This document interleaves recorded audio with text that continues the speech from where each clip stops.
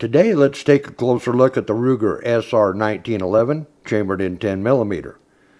Most of you who watch my videos already know I'm a 1911 buff, as well as being a 10mm fan. When Ruger announced the release of their new SR1911 chambered in 10mm, well, that certainly piqued my interest. Like Ruger's standard SR1911, this one is also made of stainless steel. The finish is a matte stainless, which happens to be particularly well done. It came with a right-hand only extended manual safety, Bomar-style fully adjustable target sights, flat mainspring housing, an upswept beaver-tail grip safety, and a nicely beveled mag well.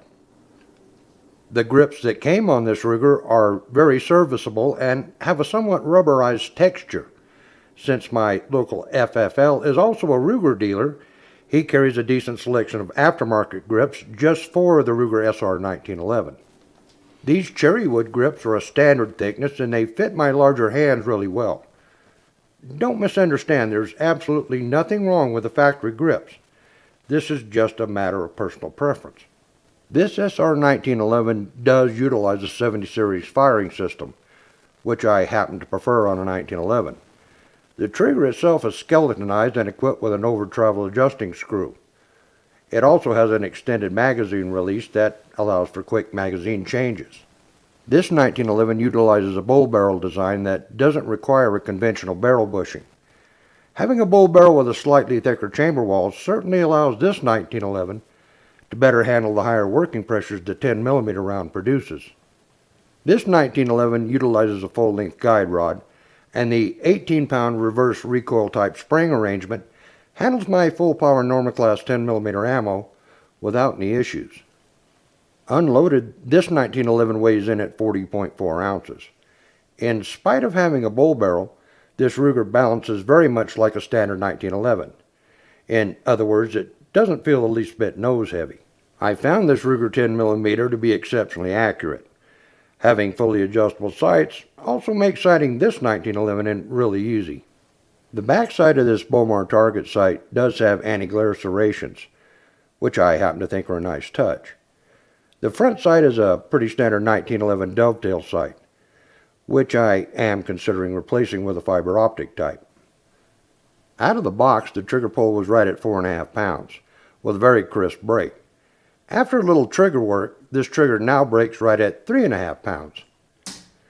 With that same crisp break you'd expect to find on a correctly set up 1911 trigger.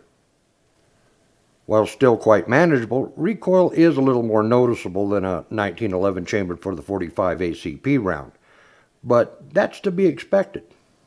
With full power loads, the 10mm generates more striking energy than a 357 Magnum. In fact, its striking energy comes in just under that of the Portland 41 Remington Magnum. Since this 1911 utilizes a bushingless bull barrel design, it breaks down a little differently than a standard GI 1911.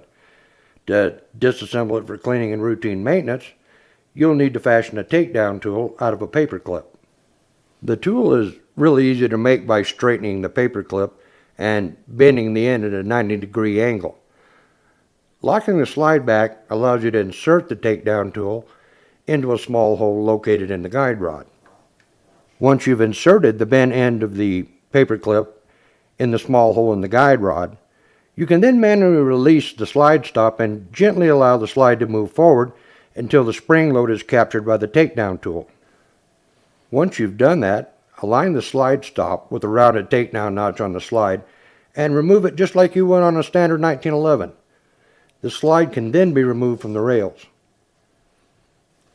Once you have the slide removed, the captured recoil spring and guide rod assembly can be extracted and set aside. Then simply tip the barrel's toggle link forward, just like you would on a standard 1911, and then slide the barrel out. To reassemble it, just reverse the process. The barrel on this 1911 is ramped and has a fully supported chamber.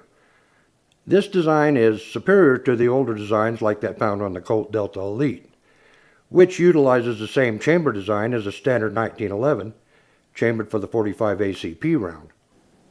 The chamber pressures the 10mm round produces are a lot higher than those generated by the 45 ACP.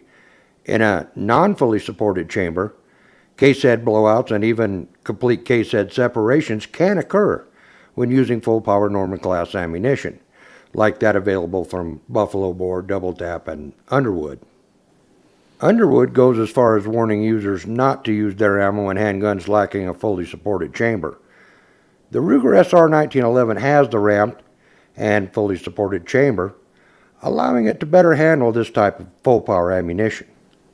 Obviously, Ruger took these issues into consideration before designing a 10mm, geared more for watered-down 40 Smith & Wesson class ammo.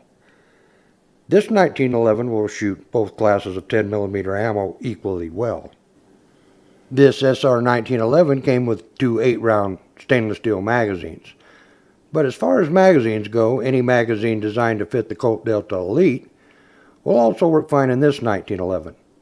I personally prefer those made by Wilson Combat. I've fired several brands of 10mm ammo through this Ruger, and it ran everything I fed it without complaint. In addition to those factory loads, I've fired well over 300 rounds of my hand-loaded full-power ammo through this Ruger without a single malfunction. The retail price tag for this Ruger seems to be hovering around the $750 price range, which is what I recently paid for this one at my local retailer. Whether you're a target shooter, hunter, or just someone who happens to be interested in packing a seriously potent sidearm into the backcountry, this Ruger SR1911 chambered in 10mm can certainly fill the bill.